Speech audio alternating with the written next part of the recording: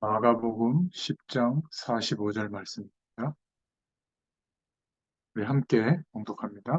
인자의 인자의 온 것은 성금을 가지려 함이 아니라 도리어 섬기려 하고 자기 목숨을 많은 사람의 대성물로 주려 함이라.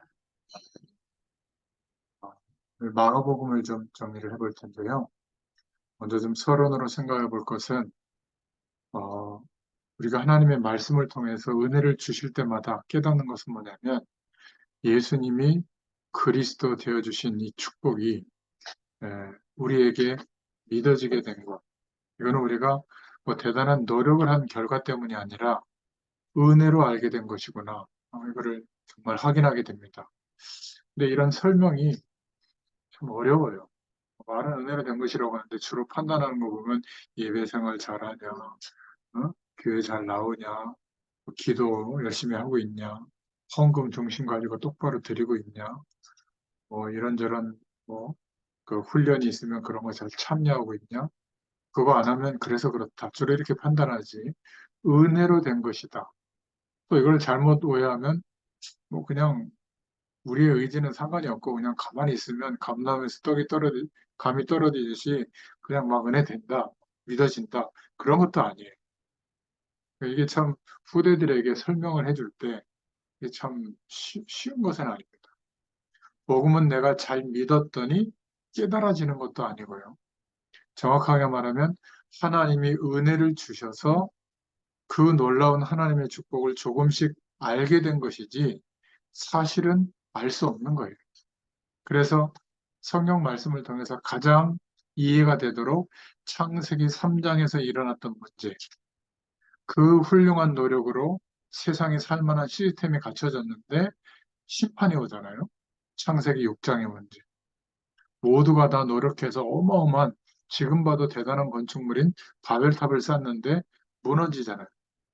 우리가 그렇게 열심히 최선을 다해서 무언가를 이루고 성공하려고 살아가는데 그런데 어떤 상황이 되죠? 인생이 무너져요. 이게 참 안타까운 노릇입니다. 그래서 복음의 은혜는 깨달으면 깨달은 만큼 사실 감사가 나와요. 그래서 복음은 완전히 하나님의 저는 은혜라고 확신하고 있거든요. 그래서 똑똑한 사람일수록 이 복음에 대한 가치가 늦게 깨달아지는 이유는 이게 은혜이기 때문에 그래요. 하나님의 은혜이기 때문에. 100% 주권이 하나님께 있습니다. 이거를 시험을 쳐서 자격증 따듯이 따면 금방 깨달을 거예요. 엘리트나 성공한 사람들이, 또 열심히 사는 사람들이. 그런데 이 복음만은 그런 게 아닙니다. 그러니까 복음을 좀 듣고 알았다고 해서 그 다음 많은 노력을 기울이면 어떤 결과가 오겠지. 그거하고는 또 달라요. 그러니까 이스라엘에 12지파가 있는데 사실은 레위 지파는 별로 똑똑한 지파가 아니에요. 영향력을 제일 주는 지파는 베냐민 지파죠. 그리고 하나님 앞에 제대로 쓰임받은 왕족은 유다 지파입니다. 그런데 하나님이 예배의 축복을 레위 지파에게 주신 거예요. 이유가 뭐죠? 은혜예요, 은혜. 그러니까 어, 예수님 시대에 가장 중요한 어떤 그 중요한 문서는 어, 좀 모자란 사람에게 전달하겠거든요. 왜냐하면 그걸 뜯어보고 편지를 응용할 만한 능력이 없는 사람. 성경을 이렇게 필사할 때도 원본을 가지고 필사한 내용만 남아 있잖아요. 그때도 똑똑한 사람을 시킨 게 아니라 약간 모자란 사람, 그러니까 변경하거나 자의적 해석이 안 될 사람을 시켰대요. 그 이유가 있는 겁니다. 그러니까 하나님 앞에 제대로 쓰임 받는 사람, 그 사람이 어떤 사람일까? 문제가 오고 어려움이 왔기 때문에 하나님 바라본다가 아니라 약간 무식한 사람은 뭐 의지하거나 기대할 게 별로 없잖아요. 그래서 그래서 사실은 어, 하나님을 믿다가 어떻게 되냐면 하나님의 역사를 경험하는 경우가 많아요. 아니면 아주 아주 대단한 공부와 인생의 경험을 한 사람은 답이 없다는 걸 알거든요. 그렇지 않습니까? 답이 없다고 생각하니까 하나님을 믿게 된 거예요. 근데 대부분은 하나님을 믿는다고 하지만 사실은 자기가 의지하고 또 기준으로 삼고 있는 게 다 있어요. 그게 훼손이 되면 힘들어하고 조금 채워지면 뭐 하나님 역사한다고 하는데 엄밀히 보면 성경 말씀을 통해서 하나님이 우리에게 알리시려고 하는 그 내용과는 굉장히 거리가 있는 내용입니다. 그래서 에베소서 2장 8절에는 그 은혜를 인하여 믿음으로 말미암아 이런 고백이 나옵니다. 그래서 꼭 한번 생각해 보세요. 내가 지금까지 알게 된 이 복음과 하나님의 축복은 은혜다. 은혜이기 때문에 다른 사람에 대해서도 판단하기가 어려워요. 그 은혜를 그 사람에게 하나님이 허락하시면 나보다 훨씬 믿음의 사람으로 세워질 가능성이 있다. 이렇게 생각하고 우리가 누구를 돕고 섬기고 하는 것이죠. 두 번째 좀 생각해 볼 것은 하나님의 은혜가 이렇게 감사한데 근데 나에게는 많은 문제와 갈등이 한 번이 아니라 계속 옵니다. 살아가면서. 분명히 복음을 받았는데 내가 믿음 고백도 하고 있는데 이런 문제와 갈등이 안 와야 되는데 자꾸 와요. 그러니까 이것을 어떻게 설명하고 이해하고 해결할 것인가. 이게 이제 우리가 넘어서야 될 부분이거든요. 그러니까 우리 후대들이 부모 세대에게 말을 안 하지만 자기들이 갖고 있는 어떤 윤리적인 문제, 생활에서 오는 문제, 이런 갈등들이 많이 있어요. 또 굉장히 괜찮은 아이인데 부모들, 사람들은 모르는 이상한 자기만의 습관 때문에 오는 어려움들이 또 있거든요. 그러니까 이런 것들은 굉장히 힘듭니다. 뭐 복음을 들어도 이런 부분들이 해소가 안 되니까 어떤 학생들은 방황하죠. 그러니까 분명히 복음을 받아도 이런 상황이 올 수가 있습니다. 그래서 양심은 있으니까 보통 양심 없는 사람은 그런 문제가 와 있는데도 나는 세계복음화 일꾼이고 나는 괜찮고 나는 떳떳하고 이러거든요. 저 볼 때는 정말 문제가 더 심각해요. 복음을 모르는 것보다.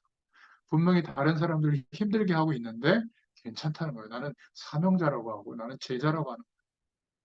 다른 사람이 지탄할 만한 행동과 그런 일들을 하고 있는데도 뭐 어떠냐고. 이런 거 가지고 그러냐고. 주님이 다 해결하셨는데. 좀 이해가 안 돼요. 그러니까 이 영원한 하나님의 축복을 그냥 내가 편하고 내가 마음대로 하고 누구의 구속도 안 받고 그냥 나한테 이익이 되면 다 좋은 거고 막 이런 식으로 생각하는가 봐요. 그럼 굉장히 오해한 겁니다. 바리새인보다 못한 거거든요. 바리새인은 그래도 다른 사람에게 피해를 주지 않으려고 율법대로 살려고 어마어마하게 노력한 사람들이거든요. 근데 왜 예수님이 이 땅에 오셔서 그리스도의를 설명하면서 바리새인들에게 화 있을진저 하나님의 진노가 있을 것이다 이렇게 얘기했을까요? 그러니까 이런 부분들이 좀 이해가 되어져야 되거든요. 그러니까 바울은 이렇게 간증을 했어요. 그 당시에 세계복음화 한 사람 아니에요? 왜 나는 안 될까? 이해가 됩니까? 왜 이럴까, 나는? 이거는 구원을 정말 체험하지 못한 사람은 이런 이야기나 간증을 못해요. 사람들이 나를 지켜보는 시선에 있어서 괜찮은 사람인 것처럼 보이려고 하지. 진짜 왜 나는 이렇지? 왜 안 믿어지지? 그래, 우리가 연세 드신 분들에게 복음을 전해보면 안 믿어진다는 거예요. 그 말은 100%안 믿어진다는 거거든요. 그러면 안 믿는다고 생각하시는 거예요. 제가 처음에 오해를 했어요. 가만히 대화해 보니까 100%안 솔직한 거예요. 근데 우리는 안 믿어지기도 하면서 다 믿는다고 오직 예수라고 하잖아요. 그런데 원망하고 갈등하고 상처받고 시험 들잖아요. 막 낙심하고. 왜 그렇죠? 안 믿어지는 건데. 그러니까 어, 복음이 희미하거나 없는 사람은 자기가 잘못한 것은 다 잊어버리고 뭔가 남이 나에게 잘못하면 그것만 자꾸 얘기하는 겁니다. 이게 복음이 지금 없다는 증거거든요. 바울은 그렇게 이야기하지 않았습니다. 내가 왜 이럴까? 내가 하나님의 뜻대로 살려고 하는데 왜 자꾸 안 되지? 이게 바울의 진짜 고민이었어요. 어마어마한 하나님의 역사를 막 일으키고 그 축복을 제자들을 세워서 전하고 했는데도 이게 복음 가진 사람들의 보이지 않는 특징이에요. 왜 나는 잘 안 될까? 다른 사회 볼 때는 어마어마한 증거와 하나님의 역사가 있는데도 이 사람의 중심은 항상 이래요. 그래서 로마서 7장 25절에 바울은 이렇게 고백합니다. 예수 그리스도를 주신 하나님께 감사한다. 바로 이 고백 전에 오호라 나는 공고한 사람이다. 누가 이 사망의 몸에서 나를 건져낼 것인가? 나의 노력과 의지로는 안 되는구나. 예수 그리스도를 주신 하나님께 감사한다. 이게 사실 복음 가진 사람들의 영적인 상태거든요. 꼭 기억하시길 바랍니다. 그리고 세 번째로 좀 생각해 볼 것은 내 힘으로 신앙생활을 하려고 하니까 우리의 많은 인생의 문제들이 여전히 해결이 안 되는 겁니다. 마치 내 힘으로 구원받은 것처럼 생각하고 내 힘으로 살려고 하면 답이 안 나와요. 그러니까 신앙생활 잘하는 분들이 막 이렇게 강조할 때 보면 내가 이렇게 해서 이렇게 하고 있기 때문에 이제는 문제도 없다. 제가 어디서 그를 많이 느꼈냐면요. 예전에 휴스턴에 갔을 때 조엘 오스틴 목사님 교회 어마어마해요. 능력도 많이 나타나고. 그 말씀, 주일날 설교 말씀의 핵심이 뭐냐? 내가 이렇게 하나님의 말씀대로 살고 있고, 그랬더니 하나님이 역사한다는 거예요.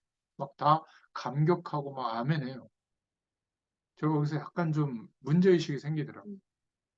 예수 그리스도를 통하여 누리는 축복이 없어요.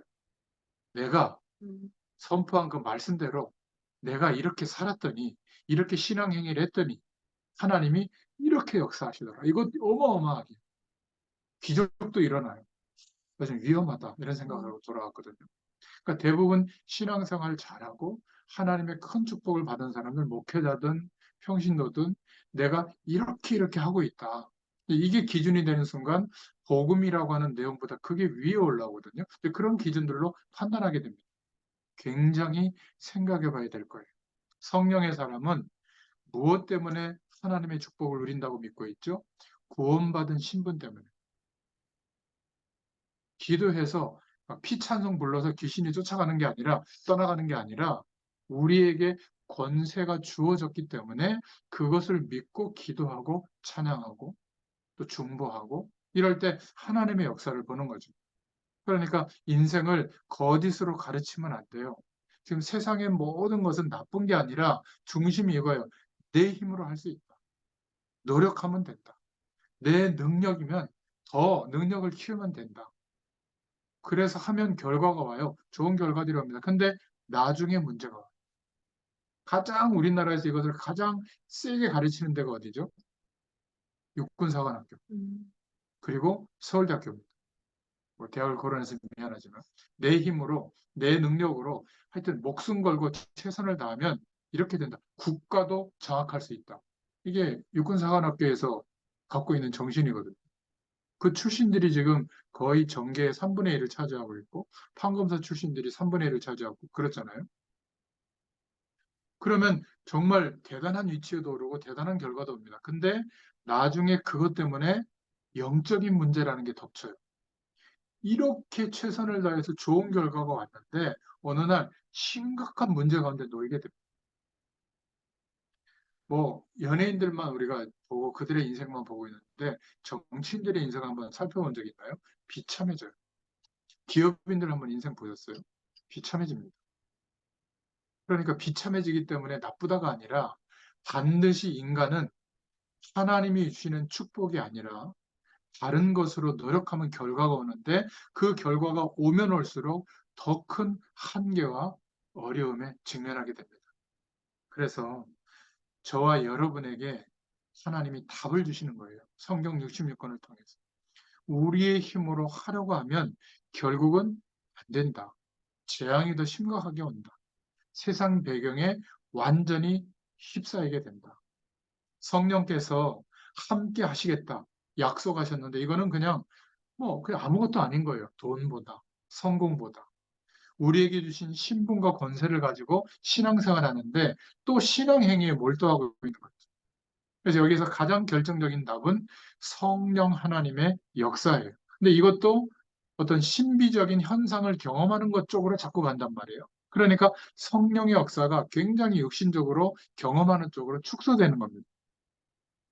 물론 그런 육신적인 결과로 나타날 수도 있지만 성령의 역사는 우리가 추측할 수조차도 없어요. 우리가 자녀들을 위해서, 다음 세대들을 위해서 어떤 현장을 두고 기도할 때에도 우리가 상상한 대로 기도하잖아요. 기대하는 대로. 하나님의 역사는 완전히 달라요.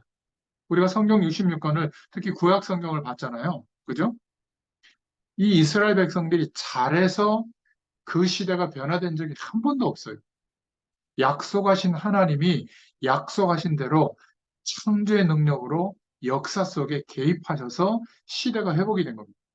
그래도 못 깨달으니까 어떻게 하셨죠? 완전히 역사를 바꿔버렸죠. 헬라 문화를 일으키고 알렉산더 대왕을 일으켜가지고 말라기 이후에 400년의 성경에 기록되지 않은 시간에 하나님이 역사를 준비시켜서 언어를 통일하고 헬라어로. 그때는 언어가 다 달랐잖아요. 헬라어로 통일하고. 그리고 로마라는 제국이 일어나서 헬라 문화를 완전히 뒤바꿔 버렸잖아요. 로마의 사상, 철학, 도로, 건축, 모든 과학적인 방법으로 로마를 향할 수 있도록 그 당시 세계의 길을 다 뚫어놓은 거예요. 지금으로 말하면 세계복음할 수 있는 조건을 완벽하게 깔아놓고 어떤 일이 벌어졌죠? 그 내면적인 힘, 성령의 역사를 경험하도록 예수님이 오셔서 죽으시고 부활하심으로 길을 여신 겁니다. 그리고 약속의 말씀을 주신 거예요. 우리는 이것을 성경을 통해서 알고 있는데 구하지 않아요. 성령의 충만함을 허락해달라고. 오늘도 이 힘이 우리에게 있게 해달라고. 그것을 기대하고 바라보고 살아가면 우리의 일상생활 속에서도 성령께서 역사하시는 것이 보이거든요. 그게 진짜 응답인데 이게 가려져 있는 겁니다.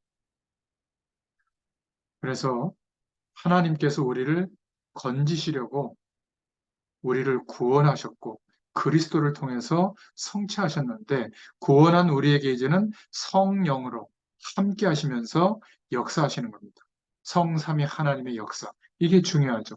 저와 여러분의 솔직한 고백이면 돼요. 하나님, 나의 힘으로 할 수 없습니다. 하지만 주님께서 성령으로 나와 우리와 함께 하실 줄 믿습니다. 이게 어떤 현장에서든지 이 고백과 이 축복이 실제로 믿어지면요, 하나님이 역사하시는 것을 보게 됩니다. 하나님이 역사하고 계시는데 안 보이는 거예요. 오히려 불안의 조건으로 보이는 겁니다. 한계로만 보이니까. 그리스도의 영이 나와 함께 하시는 줄 믿습니다.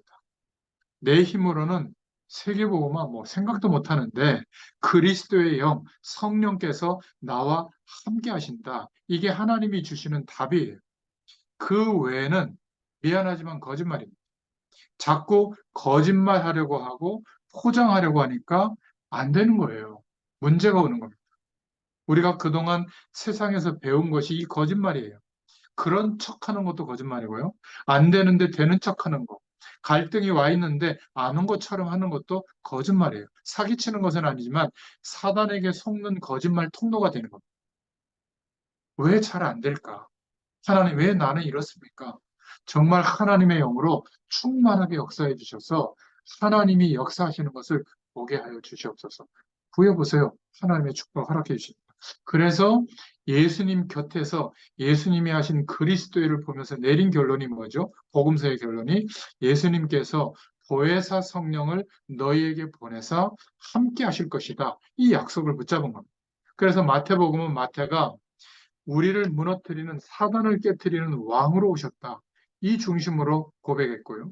마가복음의 마가는 분명히 우리가 받아야 할 저주를 해결하는 종으로 오셨다. 이 고백을 하게 된 겁니다. 그리고 누가복음은 인간이 정말로 하나님께로부터 회복해야 될 축복을 회복하러 오셨다. 요한은 어떻게 고백했죠? 우리의 인생 문제를 완전히 해결할 수 있는 하나님으로 오셨다. 이렇게 고백한 겁니다. 거의 사람들은 신앙인들도 거짓말을 보탭니다. 내가 한 것처럼. 그렇지 않습니까? 다른 목회자들도 다른 메시지는 틀렸고 내 메시지만 옳고 또 간증까지 해요. 이게 인간입니다. 여러분 불신자들은 거짓말하죠. 근데 저와 여러분까지 이런 거짓말에 동참할 이유가 없는 거예요. 그래서 하나님이 우리에게 어떻게 해요? 성령으로 함께 하신다. 이게 우리의 답이에요. 저와 여러분은 아무리 노력해도 할 수 없습니다. 저와 여러분 가만히 놔두면 망하는 인생이에요. 구원받아 놓고도 다른 길로 갈 수밖에 없는 조건 속에 있어요. 그래서 하나님이 그냥 우리에게 노력하라고 하지 않고 최선을 다하라고 하지 않고 성령으로 함께 하시겠다고 한 겁니다.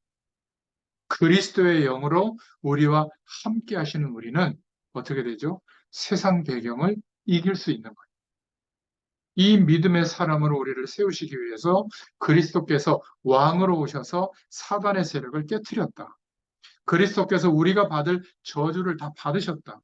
그리스도께서 우리 인간이 회복해야 될 축복을 회복시켜 주셨어. 그리고 그리스도께서 우리를 완전케 하시려고 하나님으로 오셨다. 이게 복음서의 결론인 줄로 믿습니다. 그래서 이 마가복음은 여러분들이 배경을 조금 이해하신다면 그냥 성경을 병 걸렸을 때 치유받는 말씀 뭐 많이 있다. 마가복음 이렇게만 생각하잖아요.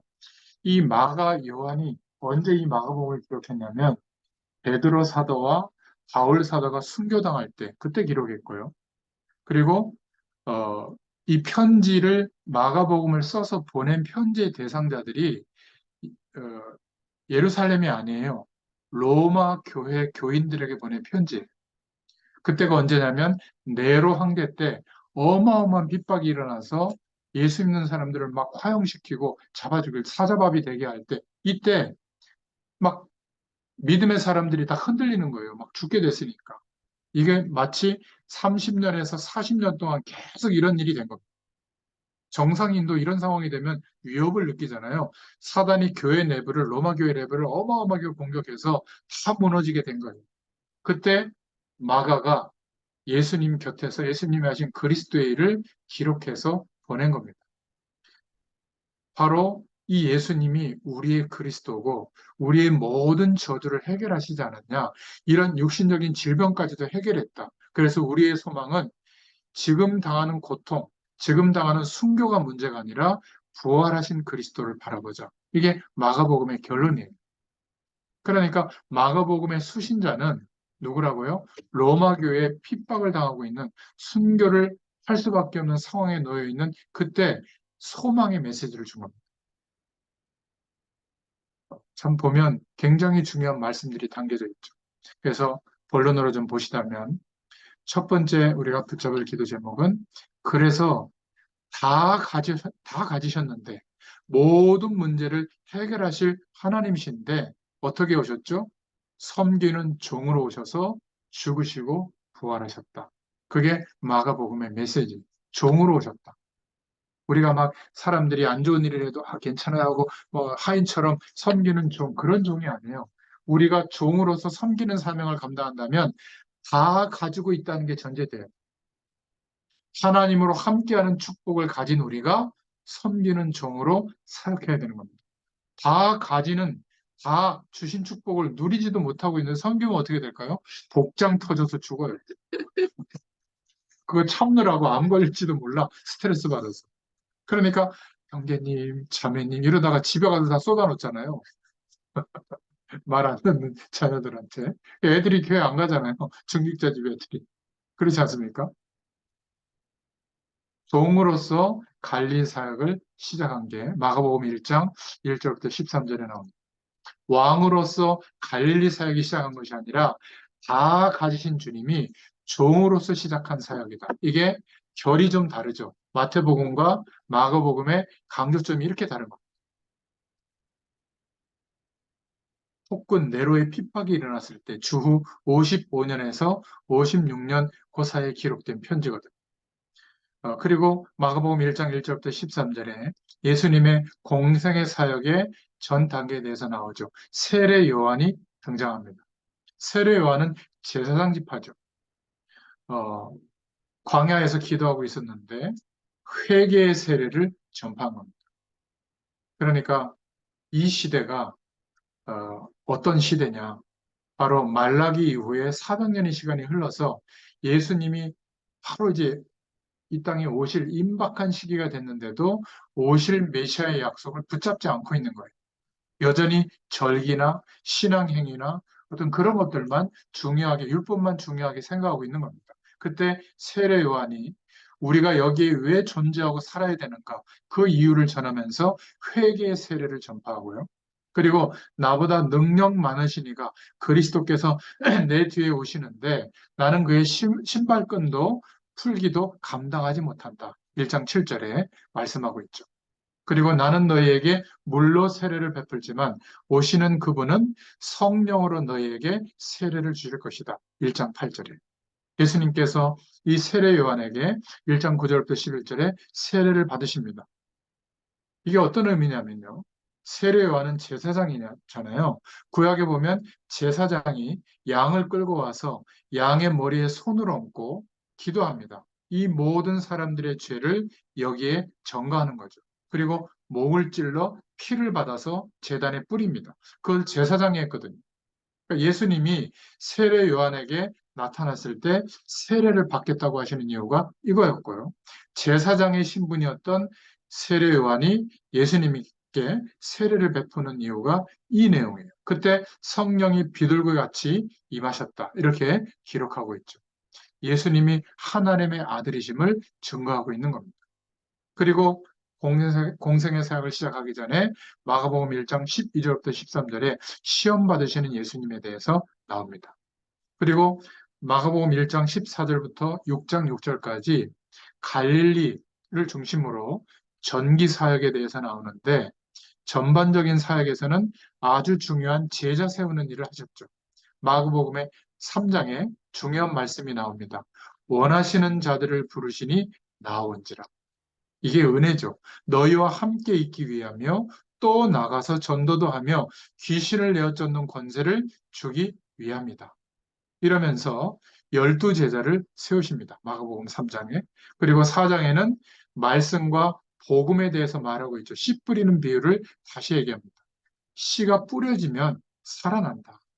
그리고 마가복음 1장 21절부터 28절, 마가복음 3장 또 2장, 5장에 보면 귀신 들린 자, 병든 자들을 고치시는 그리스도라고 하는 증거로 고치시는, 치유하시는 장면을 이야기합니다.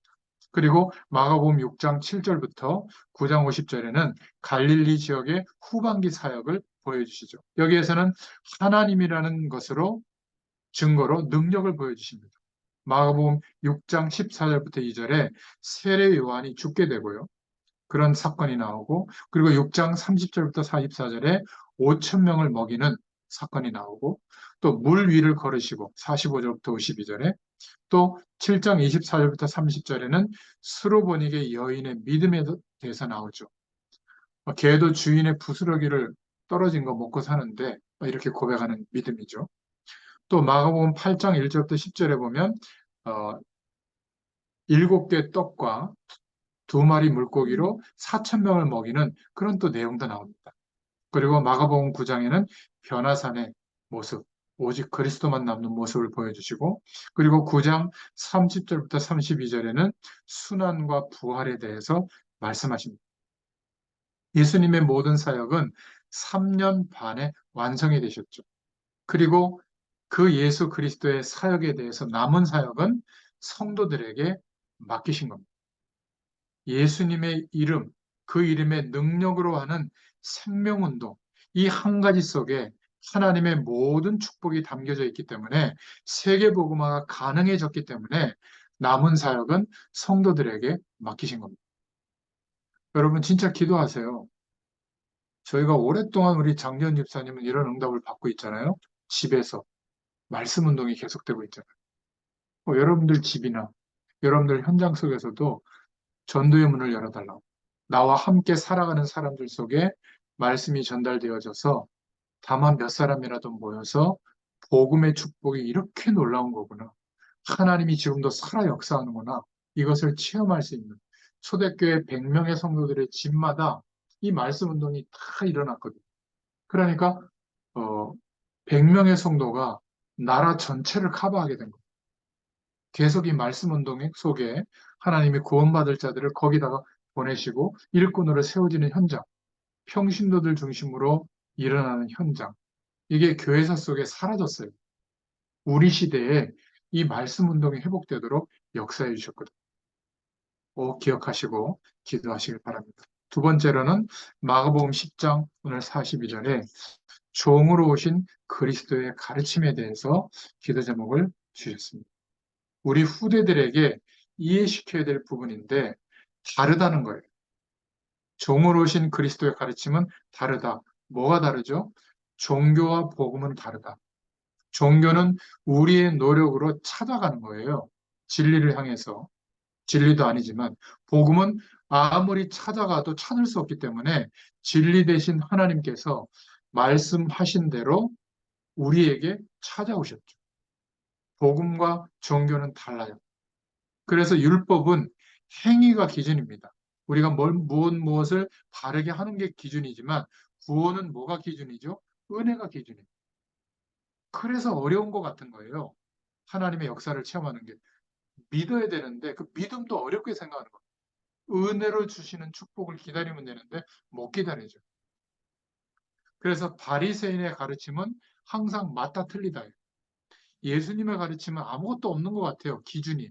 아니요. 분명한 기준이 있는 겁니다. 그 기준이 뭐죠? 하나님께서 하신다. 누구에게? 예수 그리스도로 말미암아 회복되어진 생명의 축복과 그 가치를 믿는 자에게 하나님이 역사하신다. 그래서 예수님이 가르쳐 준 복의 개념은 유대인들이 기대했던 복의 내용과 완전히 다른 거예요. 돈 많아지고 성공하는 게 우리는 복이라고 생각하는데 예수님은 어떻게 됐죠? 가난한 자가 복이다, 오히려. 가난해지라는 말인가요? 그것도 아니에요. 참 희한하죠. 이 말씀을 예수님에게 직접 들은 제자들이 이해를 못했다는 거예요. 예수님이 지금 부활하셔서 승천하시기 전인데 마지막 뭐라고 얘기하죠? 야, 네가 왼쪽이야? 내가 오른쪽이야? 지금 그때입니까? 드디어 이제 이 나라를 예수님이 회복해가지고 모든 세계의 가장 강력한 나라로 다른 나라들은 민족들은 다 멸망시키고 그때가 바로 지금입니까? 그렇게 하나님 나라에 대해서 설명하고 승천하실 때 바로 그 장면에서 제자들이 하는 이야기예요. 안 바뀐 겁니다. 언제 바뀌었죠? 성령의 역사를 경험한 그때. 마가 요한의 다락방에 머물러서 10일 동안만 기도했는데 전혀 성령 충만을 기도했는데 성령이 임하니까 바뀐 거예요. 어느 정도로 바뀌었냐? 순교의 시간이 왔는데 순종했어요. 그게 무슨 얘기냐면 순교하는 게 끝나는 거잖아요. 얼마나 큰 고통이고 문제예요. 근데 그거보다 더 큰 은혜가 있는 거예요, 이 사람들. 하나님이 이 축복을 우리에게 주신 줄로 믿습니다. 그래서 이 당시에 어쩔 수 없이 초대교회는 이단 소리 들은 겁니다. 이단이라는 말은 다르다는 거거든요. 종교와 복음이 다르다. 어른이 되어서는 이해 못할 가능성이 많아요. 그냥 노력하고 최선을 다하는 것만 알거든요. 그러니까 저를 알고 있는 교육자들이나 이렇게 열심히 신앙생활하는 분들이 저를 이해를 못해요. 별로 열심히 안 하는 것 같은데 신앙 행위의 기준으로 보면 제가 거의 열심히 안 하거든요. 근데 오랫동안 지켜보잖아요. 근데 왜 역사하느냐 그 말이에요. 저도 모르겠어요. 저는 제가 의지할 만한 조건이 없기 때문에 그런 상황을 하나님 자꾸 줘요. 계속 주세요. 그러니까 점점점 더 하나님을 바라보게 된 거예요. 저한테도 약간의 장점들이 좀 찾으면 있는데 그것마저도 의지할 수가 없도록 만들더라고요. 제가 사역에 대해서도 나름대로 열심히 하는 게 있는데 그거 별거 아니라는 거예요. 증거, 안 변하는 거예요. 아무리 열심히. 언제 변하는 줄 아세요? 내가 하나님이 하신다는 걸 믿게 된 그 순간부터 하나님 역사하세요. 그러니까 변하든 안 변하든 지금 아무 상관이 없어요. 왜냐하면 하나님이 이렇게 문을 열어주셔서 만나보면 알잖아요. 하나님이 말씀을 주시는지 안 주시는지 이 사람들에게. 안 주시는 특징, 눈빛이 별로예요. 부담스러운 눈빛 있잖아요. 그때는 그만 만나야지. 근데 어떻게 여기에서는 말이야. 눈빛이 처음보다 더 좋아졌겠어. 하나님 은혜를 줘가지고. 저도 처음보다 이 정도 말씀 전하면 형식적으로 하고 가도 되잖아요. 또 막 공식 얘기하듯이. 근데 얼마나 전할 내용을 많이 주시는지 몰라요. 이 현장만 생각하면. 보통 그냥 한 메시지 가지고 해도 되거든요. 근데 또 준비하게 하는 거예요. 정으로 오신 그리스도의 가르침. 다르다. 그래서 혹시 우리가 고통당한 것이 있다면 안 되고 있는 것들이 있다면 과거에 있는 기준들이 쌓여서 그런 거예요. 빨리 뽑아내고 버릴수록 이기게 됩니다. 우리 후대들에게 그래서 뭘 가르쳐야 돼요? 신앙 행위와 신앙생활의 조건을 가르치는 게 아니라 복음을 가르쳐 주세요. 내가 하나님을 믿고 있다. 너를 믿는 게 아니다. 너의 행동과 너의 태도와 너의 열심을 믿고 있는 게 아니라 너를 인도하고 있는 하나님을 믿고 있다. 이거를 보여줘야죠. 그래서 종교와 복음은 다르다는 거예요. 이걸 가르쳐 주신 겁니다. 그래서 예루살렘으로 가시기 전에 예수님은 중요한 것을 가르쳐 줬죠. 마가복음 10장에 보면 이혼에 대해서도 말씀하셨습니다. 범죄한 여자, 범죄한 남편을 어떻게 해야 됩니까? 이랬을 때 예수님께서 모세의 글에 뭐라 되어 있느냐? 율법에 이런저런 잘못을 했을 때 그 증거와 증서를 대고 이혼한 조건이 되면 이혼하면 되느냐? 이렇게 얘기하죠. 멸망받을 자들인데 문서 하나 때문에 해결이 되겠냐? 이러면서 이혼을 하나님이 짝지어진 것을 사람이 나눌 수가 있겠냐? 다른 말로 표현하면 그런 노력으로 해결이 되겠냐? 그 말이에요. 모세 율법을 가지고 해결이 되겠냐? 안 된다. 하나님의 은혜로 되는 것이다. 그런 면에서 하나님이 짝지어진 것을 사람이 나눌 수가 없다. 어떤 잘못한 증거를 가지고 와서 그러니까 내가 이혼해도 되겠습니까? 하고 허락받는다고 해서 그 사람의 인생 문제가 해결되겠냐? 그 말이에요. 이걸 가지고 하나님이 짝지어진 것을 사람이 나누면 안 되니까 어떤 문제가 있어도 이혼하면 안 돼. 그건 율법적으로 이해한 거예요. 사람의 노력으로 안 된다는 얘기죠. 그러면서 마가복음 10장 13절부터 16절에 어린이를 축복하는 장면이 나와요. 이 당시에는 어린아이와 여자들은 그냥 가축들과 같이 제삼 목록에 들어가 있었어요. 그만큼 하대한 겁니다. 우리나라 유교 문화권 속에 가부장적 제도에서 그런 이 사람들은 더했어요, 이 시대. 지금은 아무것도 아닌 얘기지만 몇천 년 전에 예수님이 어린아이와 여성들에 대해서 굉장히 중요하게 얘기한 겁니다. 우리가 어릴 때도 약장사, 약 팔다가 애들은 가라 그러죠. 왜 그러죠? 돈이 안 되니까. 지금도 많은 교회가 어른들을 주로 신경 쓰는 목회를 하잖아요. 왜 그렇죠? 돈이 되니까, 헌금이 들어오니까. 애들은 뭐 헌금하면 얼마나 하겠어요? 모르는 소리예요. 다음 세대가 끊어지고 있다.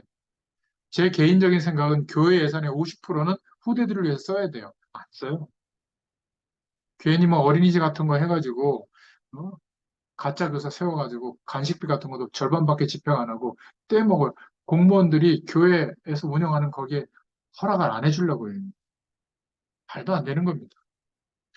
저기 모슬렘이 운영하는 곳이라든지 오일머니로 운영하는 다른 나라 아니면 불교 큰 그 사찰에서 운영하는 그 어린이집 한 대 가보세요. 등산하면서.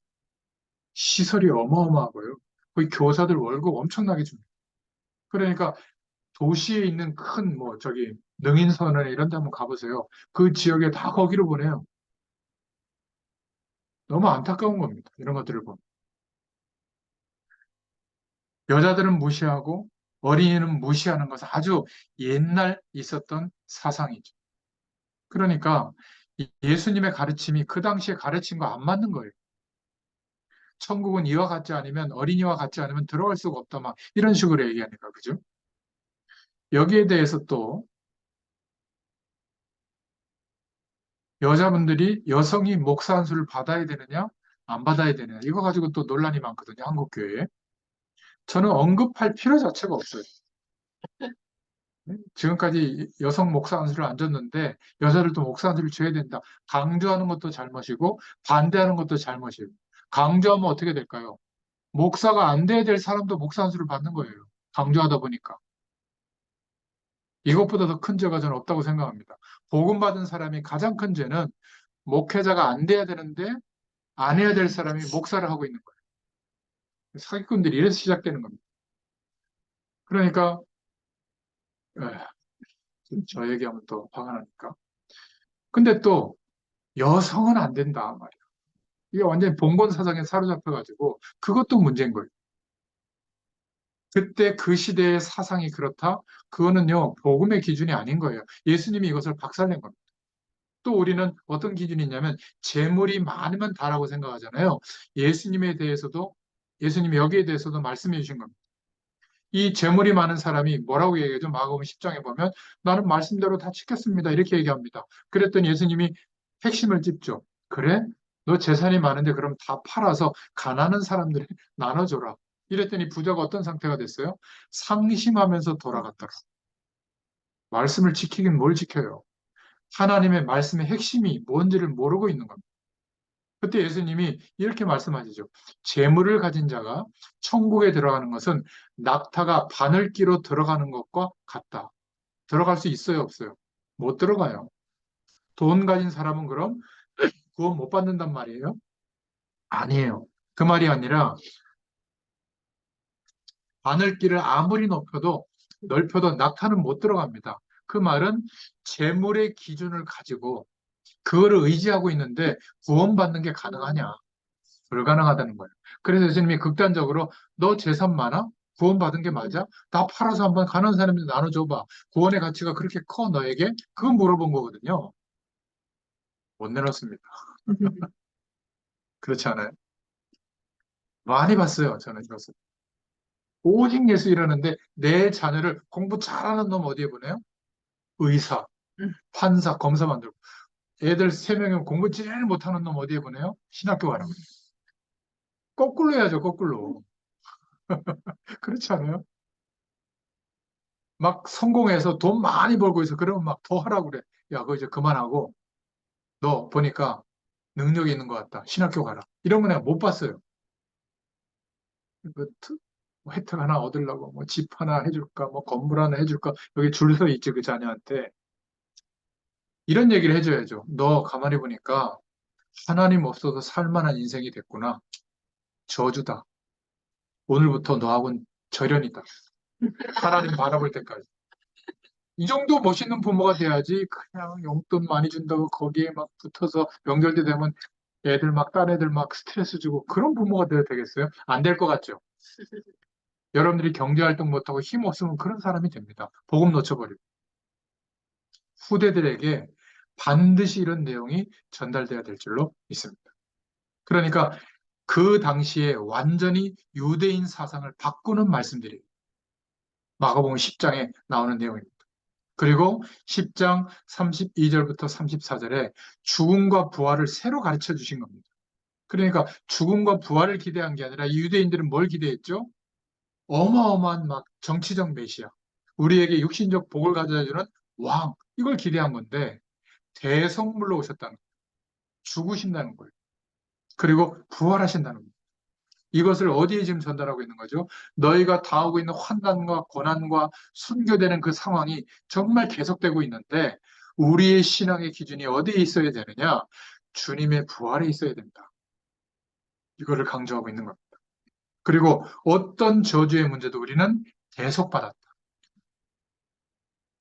그러면서 마가복음 10장 46절부터 52절에 바디메오를 꾸짖는 제자들에 대해서 예수님이 완전히 다른 교훈으로 말씀하시죠. 칭찬하셨어요. 그죠? 다윗의 자손 예수여 나를 불쌍히 여기서 하면서 막 고함고함 소리 지르니까 이게 정신 나갔냐? 아니다. 바디메오를 통해서 누가 드러났죠? 예수님이 우리가 기다렸던 메시아라는 게 드러난 겁니다. 그러니까 하나님이 보시는 예수님이 보시는 중요한 사람들은 달라요. 그죠? 또 누가 나오죠? 값비싼 향료를 예수님 발 앞에 쏟아붓고 머리칼로 그 발을 닦아드린 여인에 대해서 나와요. 그때 제 아들이 뭐라고 그랬습니까? 이게 미쳤구나. 다른 사람의 1년 연봉이에요. 1년 연봉. 그 향료 그게 황금 가치만큼 귀했거든요. 그 치료제로 쓰이기도 하고. 근데 그거를 발 앞에 다 쏟아붓는 거예요. 왜 부었죠? 예수님의 죽으심을 예비한 거예요. 시체에다가 가장 고급스러운 향료를 갖다 바르거든요. 같은 요만큼. 근데 한 병을 다 쏟아부은 거예요. 그러니까 예수님이 그걸 알아보시고 귀하게 여긴 겁니다. 우리가 생각할 때는 막 가요 같은 사람, 막 대단한 어떤 능력 있는 사람, 이런 사람이 우리의 전도 운동을 도우면 하나님이 문들을 이렇게 생각하잖아요. 하나님이 능력이 없으면 우리가 이런 사람들을 기대해야 되지만 하나님은 우주를 창조하시고 지금도 운행하고 계세요. 하물며 우리가 꿈꾸고 있는 전도 운동을 역사할 힘이 없겠어요? 저는 믿고 있습니다. 여러분도 이 믿음 회복할 수 있기를 축원드립니다. 그래서 예수님의 교훈은 생명을 살리는 다른 교훈이에요.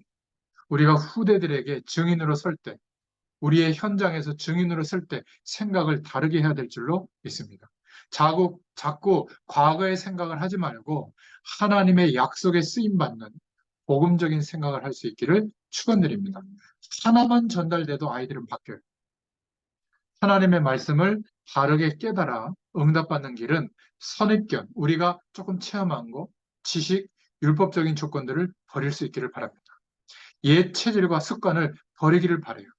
교리, 전통, 제도는 중요한 것이지만 복음보다 위에 올라오지 않도록 주의해야 될 줄로 믿습니다. 세 번째 마가복음이 전하고 있는 메시지인데 종교 지도자들과의 충돌과 순환에 대해서 마가복음 11장 1절부터 15장 27절까지 말씀하고 있죠. 본격적으로 이 당시 유대교 종교 지도자들과 충돌하고 결국 약속한 대로 순환을 당하게 됩니다.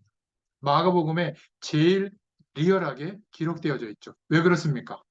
지금 로마 교회 교인들이 가장 순교의 핍박에 어마어마한 일들을 겪고 있기 때문에 예수님의 순환을 가장 적나라하게 말씀하고 있는 거예요. 다 담당하셨다. 부활신앙을 갖게 되도록. 우리 후대들에게 오해하지 않도록 이 부분에서 가르쳐 줄 게 있습니다. 가능하면 모든 사람들과 협력해라.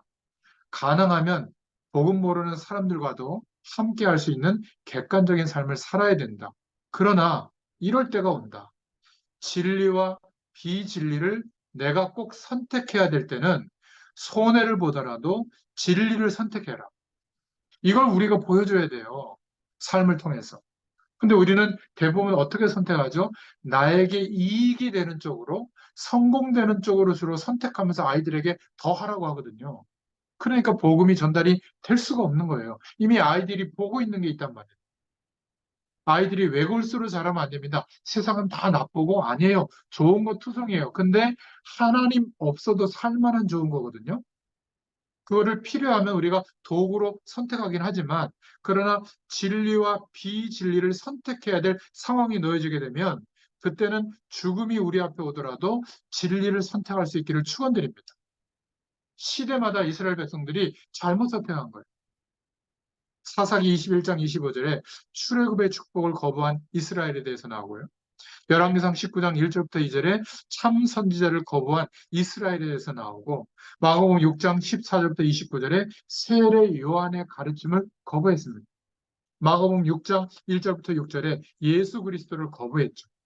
또 사도행전 8장, 사도행전 9장에 초대교회를 하나님의 역사를 거부했던 바리새인들 로마서 1장 16절부터 17절에 여전히 중세교회의 어마어마한 교회 응답을 기준으로 두고 교리, 제도, 그것을 움직이는 교부들, 그걸 움직이는 사제들, 이것이 위에 올라와 있었잖아요. 그때 의인은 오직 믿음으로 말미암아 살리라.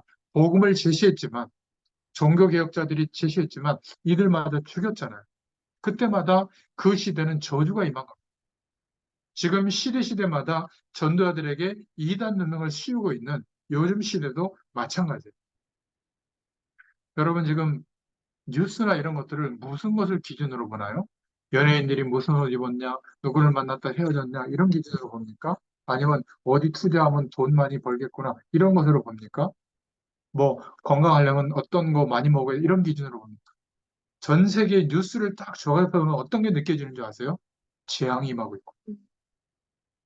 지금 모든 나라들이 함께 잘 살 수 있는 구조로 바뀌었다고 생각했는데 다시 신냉전 체제로 바뀌어서 이제는요 어느 하나 실수하면 어마어마한 제3차 전자대전 세계대전이 벌어질 상황까지 지금 가고 있거든요. 굉장히 위험한 시대예요. 더군다나 교회에서 전하는 메시지가 이제는 사람들에게 안 들려요. 왜죠? 세속화된 거예요, 교회가. 커지고 부흥되고 많은 것을 가졌는데 목회자들 자체도 이제는 웬만한 재벌 그룹 회장 부럽지 않는 그런 위치에 살아가잖아요. 우리나라에서 가장 비싼 차를 타고 목회자들이 나쁜 건 아닙니다. 가장 비싼 1,000만 원짜리 옷을 입고 가장 비싼 막 1억 원 넘는 시계를 차고 그런 차들이 막 선호대가 되고 그러면 사람들이 볼 때 존경하는 게 아니라 뭔가 물음표가 던져지지 않겠어요? 그러면 그 교회 목회자들이 다 그러면 아, 교회는 하나님 복 주시는 거 하는데 거기에 전사님들은 50만 원 사례받고 다니고. 그런 거 보면 절대 이해가 안 돼요. 정의로운 예수가 아니라 이거는 복음 밖에 일어나는 일들이에요. 그렇지 않습니까? 회사에서도 명절이 되면 뭐 명절 지내세요 하고 뭐 상여 이런 게 그런 게 없어요. 그 이해가 안 되는 장로님들이 이해가 안 돼요. 그리고 어떨 땐 제가 목회 생각을 하게 되더라고요. 목회의 기준을 좀 세워야 되지 않나. 이것도 이제 복음보다 위에 올라오는 생각이에요. 말도 안 되는 거죠. 그렇지 않습니까? 아이들을 키우고 살아가는데 자기들은 하나님 안 바라보고 사는 주제에 왜 목회해야 되는데 하나님만 바라보래. 하나님이 준대. 그거 뭐 그래. 대표기도를 그렇게 하더라니까. 정육자들이. 나 그거 진짜 이해가 안 우리 담임 목사님 그렇게 설교할 수 있어요. 교육자들을 훈련하기 위해서. 뭔가 좀 이상하다. 한국 교회가. 그렇지 않습니까? 지금 자라나는 우리 후대들이 신학교 가가지고 가장 순수하게 복음을 향해야 될 거 아니에요. 근데 벌써 줄 서요. 누구 밑에 줄 서면 내가 저분 나가면 교육자 자리를 내가 차지할 수 있겠구나. 제가 놀랐어요. 그러다가 또 교육자가 되다가 또 목사안수 받자마자 또 금방 또 개척하러 가요. 그 부인도 사모님도 그냥 안 와도 꼭 이렇게 어디 공무원이나 교사나 이런 분을 또 택해요. 뭐 일부러는 아니겠지만 근데 공통적인 특징이야. 야, 근데 또 하나님은 그런 사람들에게 또 목회 문을 많이 열어주고 또 제법 또 목회를 또 해요. 무슨 말씀을 전할까요? 하나님이 모든 것을 하신다. 과연 이 얘기를 할 수 있을까요? 하겠죠. 그럼 하나님이 인정할까요? 많은 생각들을 하게 되더라고요. 오늘 아침에 특히 말씀을 묵상하는 중. 여러분, 유대교를 여러분들이 진짜 들어가 보면요. 다 유대교를 개종한다니까요. 얼마나 목숨 걸고 율법대로 사는지 몰라요. 아시겠습니까? 우리가 어떤 목회자한테 감동되죠? 청렴결백하고 목소리도 저처럼 안 내요. 하나님 바라보시기 바랍니다. 막 다 죽어가는 소리로 삐쩍 말라가지고 저 모닝 티커 같은 거 타고 다니면서 그것도 안 타고 막 걸어 다니고 대중교통 타고 그러니까 이 시대의 목회자 상이 바뀐 거예요. 세속주의에 반대되는 게 하나님의 뜻이냐? 그거 아니에요. 세속주의의 반대는 오직 복음이에요. 오직 성령의 역사. 이게 마가복음에 나오고 있는 겁니다.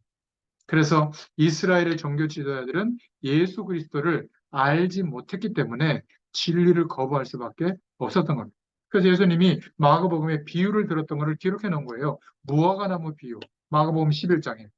아직 무화과 열매가 맺을 철이 아닌데 예수님이 저주했어요. 근데 질문하지도 않아, 제자들이. 어디 갔다 오는데 저주한 그 무화과 나무가 말라 비틀어 죽어 있거든요. 그때 예수님이 설명한 겁니다. 바로 하나님의 말씀의 언약이 임한 이스라엘 백성들이 열매를 맺지 못하고 있다. 메시아의 축복을 전달도 못하고 있고 방향도 못 잡고 있다. 그래서 말라 비틀어 죽게 될 것이다. 예언된 대로 되었는데도 아직도 예수님을 그리스도로 인정하지 않고 있는 겁니다.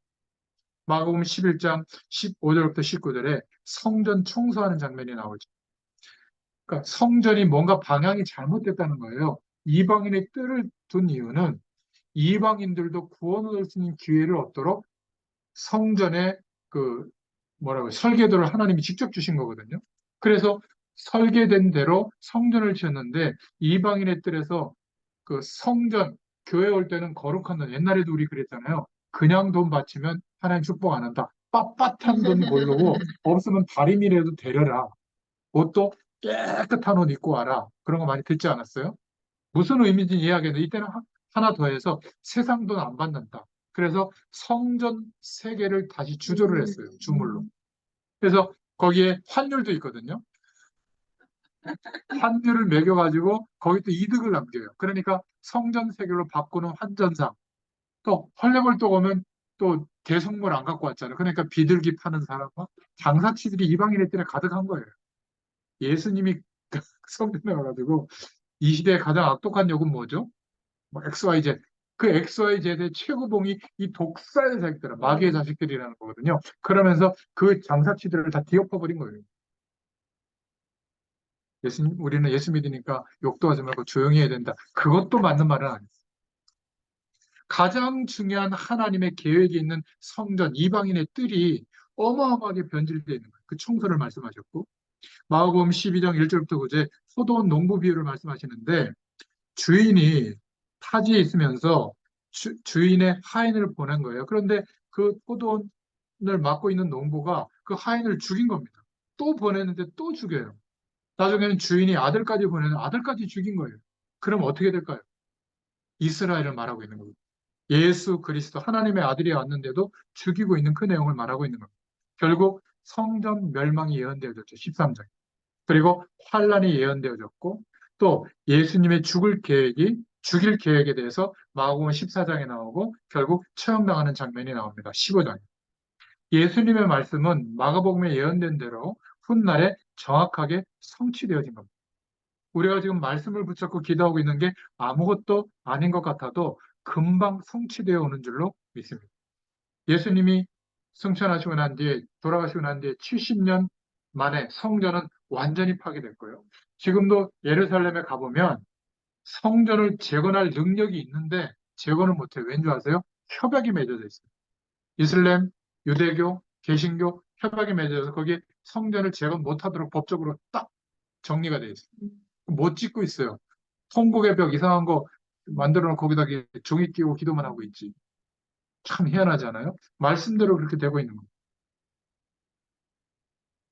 각종 위험한 종교가 이스라엘의 배경에서 출발했죠. 이슬람, 유대교, 구약을 배경으로 한 종교들. 그리고 약 1800년 동안 이스라엘 민족이 말씀대로 위리방황하다가 학살당하는 일까지 벌어지게 된 겁니다. 근데 이거를 뒤엎어서 마귀는 어떻게 했죠? 이렇게 노력하면 세계적인 영향력을 주는 나라가 될 수 있다라고 이스라엘을 활용하고 있잖아요. 너무나 안타까운 겁니다. 그래서 예수님은 부활하신 겁니다. 마지막 네 번째로 여러분 마태복음, 마가복음, 누가복음, 요한복음은 단편적으로는 많이 있는데 1장부터 마지막 장까지 이런 기준으로 쭉 통독해 보세요. 너무나 중요한 하나님의 음성이 들릴 겁니다. 네 번째로 부활과 지상명령을 말씀하고 있습니다. 마가복음 16장에. 우리 머리로 이해되지 않는 성경 구절이 많죠. 성경을 보면. 그런데 우리 머리로 이해되지 않는 그것이 진리예요. 창조. 우리 머리로 이해 안 됩니다. 이거를 막 과학적으로 설명하려고 하는데 어떻게 설명이 되겠어요? 동정녀 탄생. 이거 이해 못 합니다. 부활. 이해 안 되죠. 그런데 제일 이해 안 되는 게 부활이에요. 예수 그리스도의 부활은 예언된 대로 이루어진 사건입니다. 성경대로 죽으시고 성경대로 살아나셨는데 고린도전서 15장 3절부터 4절에 예수님께서도 자신이 누구라는 거, 어떻게 된다는 거 세 번이나 예언하셨죠. 마가복음 10장 32절 34절에. 그러나 아무도 믿지 않았어요. 그래서 유대인들은 그 군인들을 시켜서 무덤을 지키게 했죠. 마태복음 28장에. 제자들조차도 예수님이 죽으시던 날 다 도망갔어요. 여인들이 예수님의 무덤에 왔는데 부활을 기대하고 온 게 아니라 시체에 바를 기름을 가져오다가 천사를 만나고 부활하신 주님을 목격하게 되죠. 그러니까 예수님의 부활, 우리에게 이루어진 부활의 축복, 은혜 받은 사람은 알게 될 줄로 믿습니다. 부활하신 예수님의 지상 명령을 마가복음을 통해서 말씀하고 있는데 우리가 정말 붙잡아야 될 언약인 줄로 믿습니다. 마가복음 16장 15절에 너희는 온 천하에 다니며 만민에게 복음을 전파하라. 이때가 어떤 시대죠? 순교의 시간이 왔는데도 전파하라는 거예요. 지금 뭐 차별법이니 뭐니 그건 동조하지 마세요. 아니 차별법 생기면 복음 안 전할 거예요. 감옥 가기 때문에 잡혀가기 때문에 더 전해야죠. 반대할 게 아니라 그럼 지금도 복음 전해야죠. 차별법 생기기 전에. 아니 반대하는 막 목사님들도 막 돌리더라고. 아, 이분들이 왜 이러는가 봐. 이해는 돼요. 복음 못 전할까 봐. 왜 못 전해요? 더 전해야지. 성령은 더 역사할 텐데. 그러니까 16절에 마가복음 16장 16절에 믿고 세례를 받는 사람은 구원을 얻을 것이요 믿지 않는 사람은 정죄를 받으리라. 이러면서 현장에서 표적을 주겠다. 어떤 표적이요? 17절에 내 이름으로 귀신을 쫓아내며 새 방언을 말하며, 새 방언이 뭐죠? 우리가 알고 있던 세상의 지식이 아니라 하나님이 함께하는 축복이 어떻게 임하는지를 전해주는 새 방언을 말해요. 꼭 막 방언 기도를 얘기하는 게 아닙니다. 마가복음 16장 18절에 뱀을 집으며 또 독을 마실지라도 해를 받지 아니하며, 무슨 말이죠? 하나님의 주권적인 역사가 임한다는 거예요. 어떤 문제 속에서도. 병든 자에게 손을 얹은 즉 나으리라. 만약 병이 복음 증거되는데 방하게 된다면 너희들에게 준 권세대로 기도해라. 나을 것이다. 18절에. 보좌에 앉으신 주님께서 제자들에게 함께 하실 것이다. 이 약속을 하셨죠. 마가복음 16장 19절에. 또 20절에 확실한 말씀으로 역사해 주셨습니다. 치유를 약속하시면서 명령하신 거예요. 땅 끝까지 이 복음을 증거해라. 모든 질병과 모든 악한 영들이 쫓겨나기를 예수님의 이름으로 축원드립니다. 예수님의 이름으로 저와 여러분의 현장에서 후대들에게 병든 자에게 손을 얹은 적 나으리라. 저도 어떨 때 좀 아픈 것 같다 싶으면 그 부위에 손을 얹고 기도합니다. 약속 붙잡고. 하나님이 역사해 주시더라고요. 예수 이름으로 기도할 때. 그러면서 16장 14절에 예수님이 책망하는 장면이 나옵니다. 믿음 없는 것을 책망하셨어요. 그리고 그 세대가 완악한 것을 책망하셨죠. 이렇게 말씀이 증거되고 있는데도 말씀을 붙잡지 않고, 그러니까 로마의 어마어마한 복음의 역사가 일어났는데도 불구하고 막 베드로 사도와 바울 사도를 죽이고요. 많은 예수 믿는 사람들을 불태워 죽이는데 앞장서고 있는 그 시대를 향해서 말씀하고 있는 겁니다. 그런데 교회 내부적으로 부활을 믿지 않는 믿음을 책망하신 겁니다. 부활의 축복이 임하기를 축원드립니다. 우리도 영적인 눈을 크게 뜨고 하나님의 은혜의 사람이 되어야 될 줄로 믿습니다. 저와 여러분의 힘으로 하지 말고 성령 하나님의 힘으로 할 수 있기를 축원드립니다. 이게 우리 후대들에 전달되도록 증명하는 하루하루가 되기를 축원드립니다. 자, 오늘 마가복음의 결론이에요. 꼭 해야 될 세 가지. 집중입니다. 하나님의 은혜와 말씀의 능력에 집중하는 축복에 대해서 배워야 돼요. 전달해줘야 돼요. 이 집중을 못 배우면 반드시 살아가면서 분열되는 상태가 돼요. 정신, 생각, 마음이 다 분열이 되어져서 하루를 살아가는데 하나님 없이 살고 있는데 몰라요. 못 느껴요. 근데 돈이 없어서 힘들다고 생각하고 사람을 잘못 만나서 힘들다고 생각하고 내가 공부를 제대로 안 했기 때문에 힘들다고 생각하는 겁니다. 하나님을 안 바라보고 있는 상태가 안 느껴지는 거예요.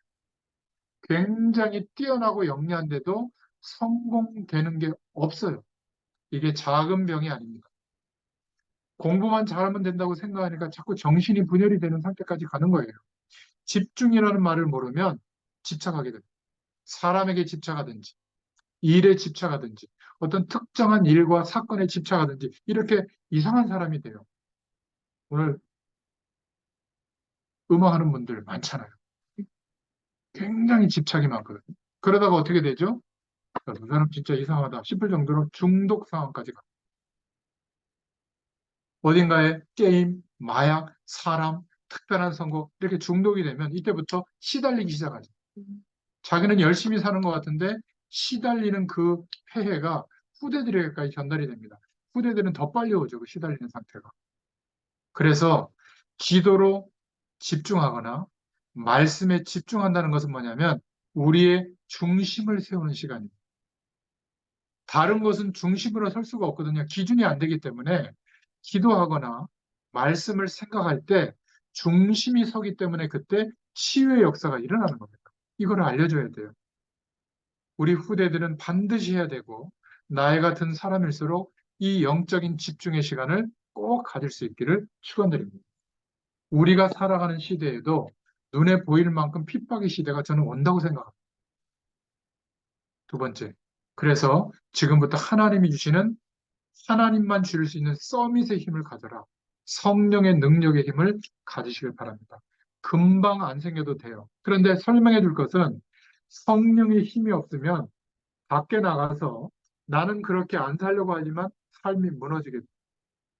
특히 마디가 이렇게 끊어져서 그 다음 마디가 시작될 때, 뭐 고등학교가 끝나고 대학이 시작될 때, 대학이 끝나고 사회생활이 시작될 때, 사회생활이 이제 어느 정도 돼서 결혼 생활이 시작될 때, 이제 애들 다 크면서 뭔가 중년의, 죄송합니다, 갱년기 같은 뭔가 그 다음 후반기를 생각해야 될 시간이 올 때 이때 위기가 오거든요. 어떤 위기냐면 하나님 없이 생각하는 가능성에 자꾸 몰두해서 그것 때문에 힘들다고 생각하는 거예요. 반드시 우울증 옵니다.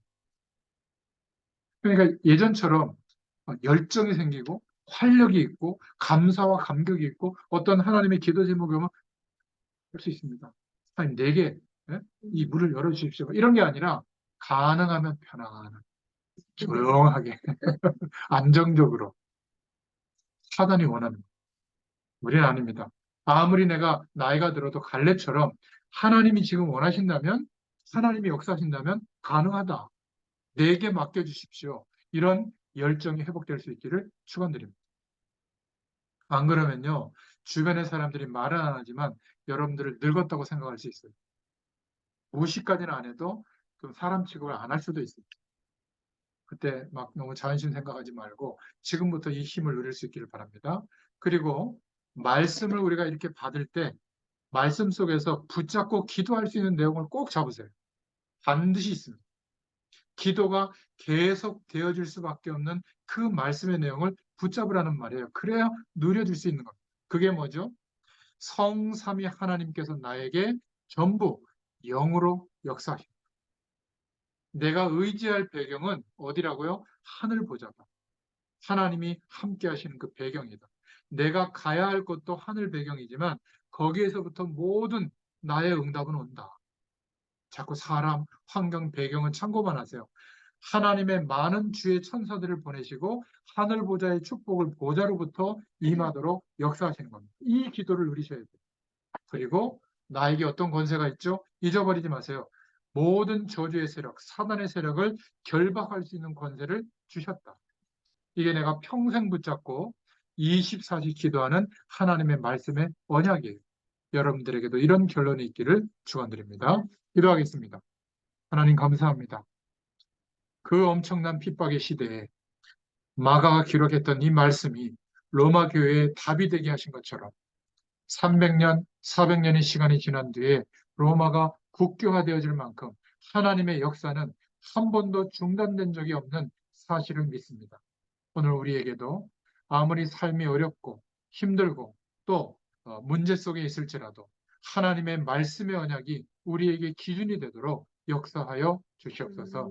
마가복음을 이 중심으로 읽어나갈 때 하나님이 우리에게 주시는 살아 역사하는 말씀이 임하게 하여 주시옵소서.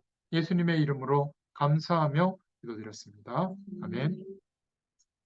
감사합니다.